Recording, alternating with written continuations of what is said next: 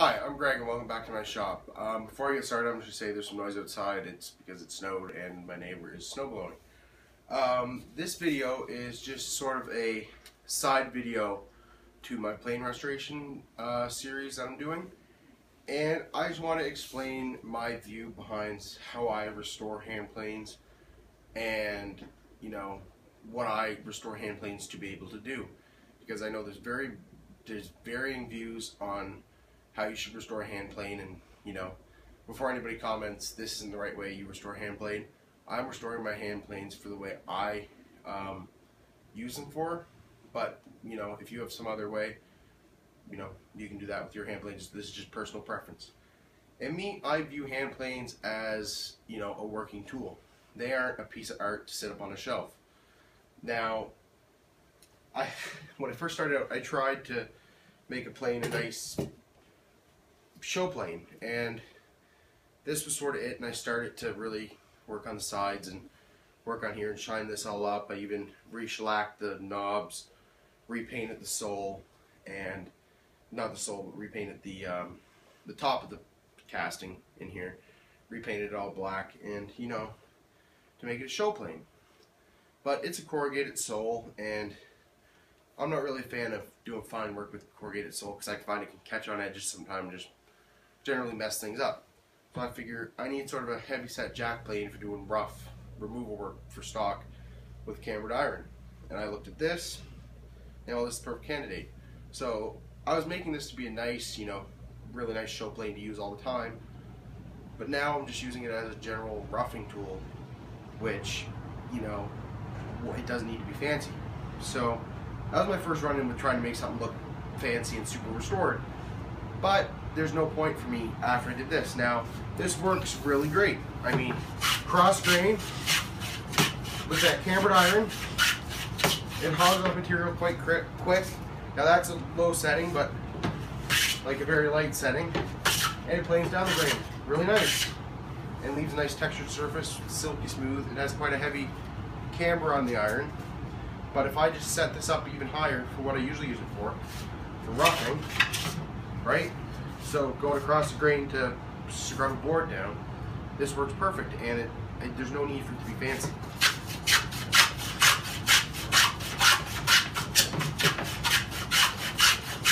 So big, bulky shavings, and it can even go straight across the grain with no problem.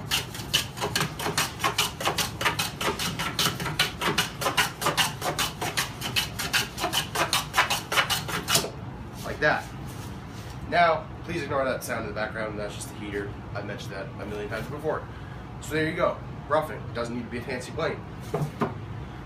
And this is a plane I restored. I got this plane.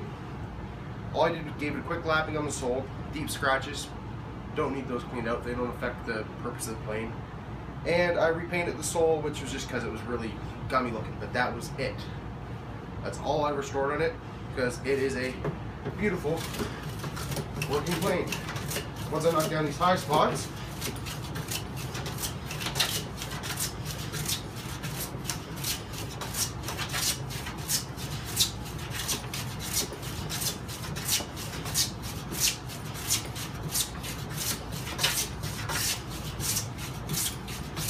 it planes beautifully. Really nice small shavings. For pine it works great, for hardwood it worked great. And it's just a good plane.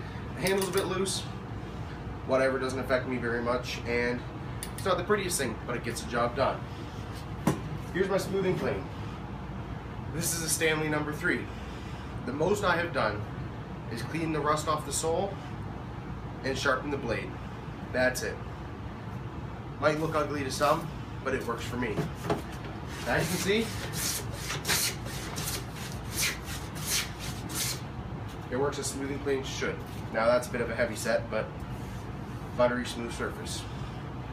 And now the one plane I have done the least work to is my Stanley Bailey Bedrock number 7. 607 actually, but it's a number 7 plane. And literally I brought it back from the antique store. Still has a tag on it.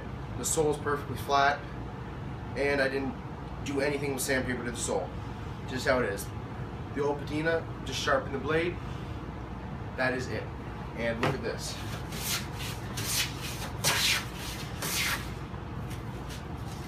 Like, it cuts beautiful. Do you see most restore planes doing that? If you don't get it right, you usually don't see that happening. But I just left it as is, and it works perfect.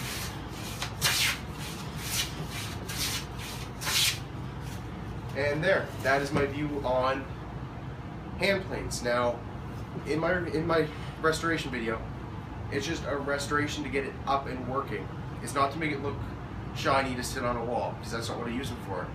And they're inevitable to get rusty from fingerprints and maybe get some finish on them, whatever. But that's what I use hand planes for. I use them to work. So there's no point me making it look nice for me, because they are working tools to me, and I respect the tools. I don't misuse them in any way.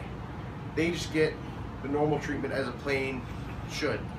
And they don't, you know, I don't spend too much time getting them ready because I just want to get to work. I don't waste my time doing all this stuff and take a week preparing this plane when I can get it up and running in 3 hours and just go to work with it. So that is what my video is based on.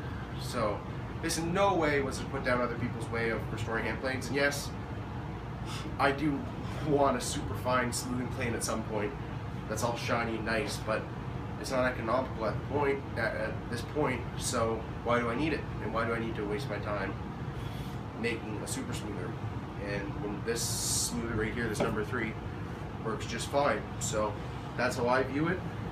And as I said, no offense to anybody else's views on restoring hand planes or whatever, but that's just the way I do it. Just so you know from watching my restoration videos, if you say, oh, you're not restoring that to its full capability, well, I'm restoring it to its working capability, and I don't need half thou shavings. I don't find it necessary to me. I don't work with much figured woods. So there's my explanation of why I don't restore hand planes to super fine quality and put them on a wall. Because to me, I just find that a waste of time, and I'd rather just get to work. Thank you. I hope you enjoyed this video, and there's my little rant.